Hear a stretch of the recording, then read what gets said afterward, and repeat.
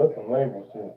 Then in 1999, Kim's friend and fellow Junior Mafia member would stoke the flames of Kim and Brown's passive-aggressive relationship, rapping, "Stop trying to sound like her, B's on little C's, play around fans." And Brown made a fair assumption that the diss was directed to her. A year later, in 2000, when Kim put out her Pop album, the Notorious K.M., another shot was fired in Brown's direction on the album's title track, which she served.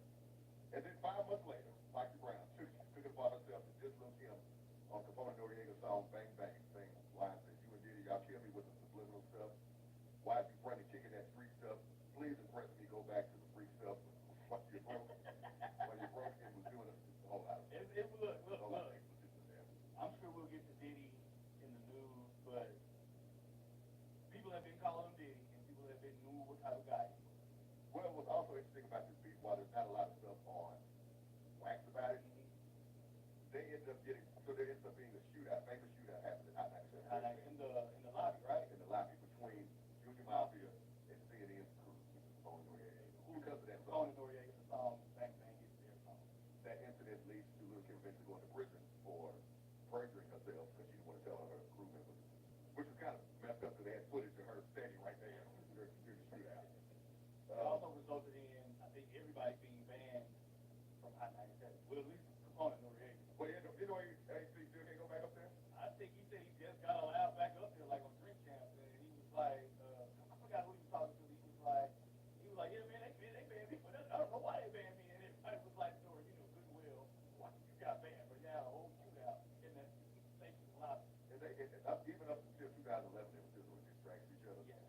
So like I said, with Tim, it's more of a personal thing, but their beef, in my opinion, leads to the renaissance of female rappers. Had them two linked up, there might have been more of like, oh, all women get along, but now it kind of forced labels to look at the women the same way as men. Like, hey, they're not always gonna get along. We gotta find our own thing because it's kind of sick. Say, oh, y'all two women rap, let's do a song, let's do an album together. So. And it also shows, and we're going to wrap it up after this, it also shows that these women can really rap. They don't just look good, they aren't just sexy and just sex symbols. They can really rap.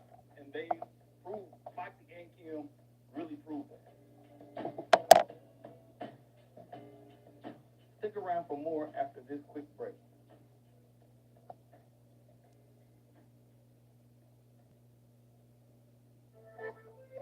In the next próximo Tacos of Texas, Taco Pop Culture.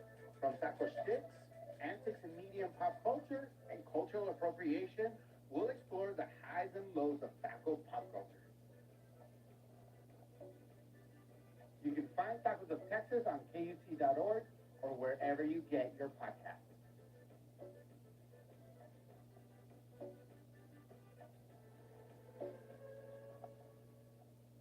Okay, this is how we wrap up the East Coast, right? So we've gone through the 80s, 90s, now we're 2000s. 2000s kind of, we get two interesting beefs, which, one of which was a good example of what happens when two artists at the top of their game go at it and are able to come out of it and have a good relationship. Was one of them at the top of their game? Arguably.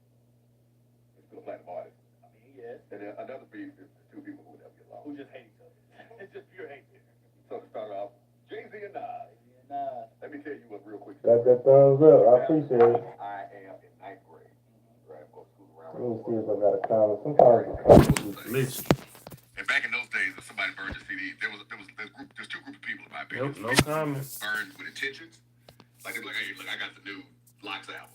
And there were some people who just burned songs they can get off LimeWire. They'll see like new Jay-Z and they'll download and put on the CD. So I forgot what friend it was, but he had a CD. It was just a bunch of random songs. One of the songs on there was the Stillmatic freestyle. Now most people calculate the Jay-Z and Nas beef and starting at Takeover. Summer Jam, Jay-Z says Nas' name on the song, whatever. But actually, Stillmatic freestyle came after Takeover. Because Nas had no idea that Jay-Z was going to do that. When I heard the Stillmatic freestyle on there, he famously says H to the Izzo, M to the Izzo, for Shizzle, you phony, your rapper version of Cisco. When I first heard that, I'm like, wait, Nas and Jay-Z don't get along?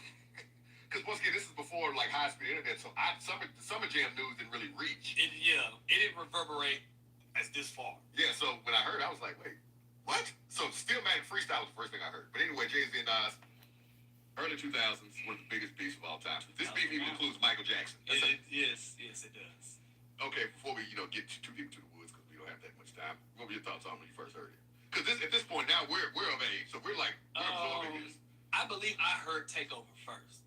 Because I bought Blueprint. Blueprint dropped on September 11th, 2001. Yes, that infamous day. And I remember being in like 7th grade and just thinking, I just want to get out of school so I can go buy the Blueprint. That's all I thought about. And then when I played it and got to Takeover, since Takeover is literally the second song on the album, when you get to it and then he started throwing shots. And the first verse is mostly about Prodigy of Mobb Deep. But he ends it with Ask Nas, he don't want it with Hov. No. And I was like, what? Much like the Future's like, wait. They don't get along? They don't like each other? They don't get along? And I also remember thinking, well, what was the last thing I heard from Nas? Like, was it You Owe Me? Was it like the Nostradamus album? Like, It wasn't that Bravehearts album. like I said, Nostradamus. Nostradamus. Nobody listened to that. Respectfully, it did not sell that well. Because I think people were more interested in hearing Nas and not Jungle, Wiz, Nation, and Horse. Well, also, to give a brief history of what happened, so Memphis Bleek, who was Jay-Z's right-hand man, Yes. was apparently, once again, New York people are just competitive, and heard some lines where Nas had said something about rappers wearing hats. And Memphis Bleek said, well, I wear hats. Well, I wear hats. He talking about me? And he started throwing shots at Nas on different songs, in which, of course, I think they said Nas had kind of caught on to it. But is that your chick? When Nas was like, wait a minute. Yeah. Are they really talking about me? This about me? Because, all right, also, and with that, when you buy, I think the single version of Is That Your Chick from Bleak's Understanding album, Jay's verses are going at Nas. However, that isn't the scathing verse that is going at Nas on that It is the song. second part of that song. Yeah, you have to get the album to get the full version of the song, and that is where you realize, oh, you don't like dude. And I think that's when I kind of really realized it was like, when I put the pieces to the puzzle together years later, it's like, oh, he really just don't like dude. Like, he been had an issue with him. All right, I see where this is going. For those uninformed, Jay-Z at the time of Is That Your Chick coming out, he was involved with the mother of Nas's daughter, Carmen. Carmen, yeah. And so, and then Nas got word that they were involved, and it mainly was some spiteful stuff. From my understanding, from Carmen's side, is that she and Nas weren't really getting along. So I'm going to go over here and mess with this guy that you kind of don't like. Yeah. That was one of the few beefs where an associate of Jay started it, and Jay jumped in to finish it. Because Jay had a reputation of kind of sending out his soldiers to deal with issues he was having with people. That's what happened with the Locks. They had little issues with Jay, and he said, Bean, you got it. He said, I Beans. Him and Beans and Jadakiss went back and forth at each other. So it starts right, and then Takeover comes out. So Summer Jam is this big event in New York. A big festival. And Jay-Z took an opportunity to let the world know, not only do I not like Nas, Nas could never be me because, watch this, boom, Michael Jackson standing right next to me. So, and we've already talked about in depth about Michael Jackson and Jay-Z, how that beat happened. That was Hip Hop Fact. But, yes, included in that, when Jay-Z debuts Takeover, the song that specifically when he says Nas' name, he had Michael Jackson come out. Yes. Well, I'm pretty sure I had no idea Jay-Z was. Yeah, I'm sure he did, and it was just a wild imagery. But Michael Jackson was there. He's like, hey, do what y'all got to do. Ain't got nothing to do with me. So that starts it, and then Nas is working on Stillmatic, which is a sequel to his debut album, Illmatic. And there was a lot of expectations as to what Nas was going to do, because at this time, Nas wasn't, while he was a platinum artist, he wasn't a force to be reckoned with like he was. It had been a while since we heard a solo Nas album. I think Nostradamus wasn't that before. It has been a while. Nostradamus was like 89. But it hadn't been that one long. That was like the first like going back at it. And the album came out in 99. And Beat took place in 2001. And Illmatic comes out later in 2001.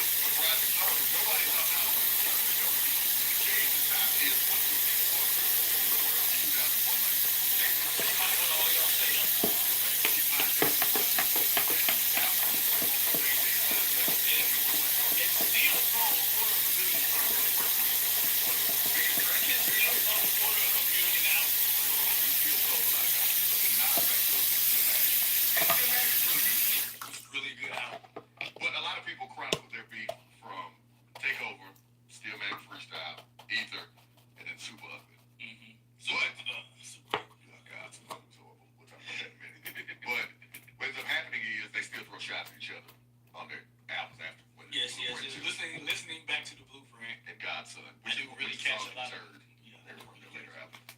But then Jason went to quit his album too much. It was super ugly. That wasn't his best shot. That wasn't his best. That wasn't the best round. He lost that round. I'll give him the loss to Dale on that one.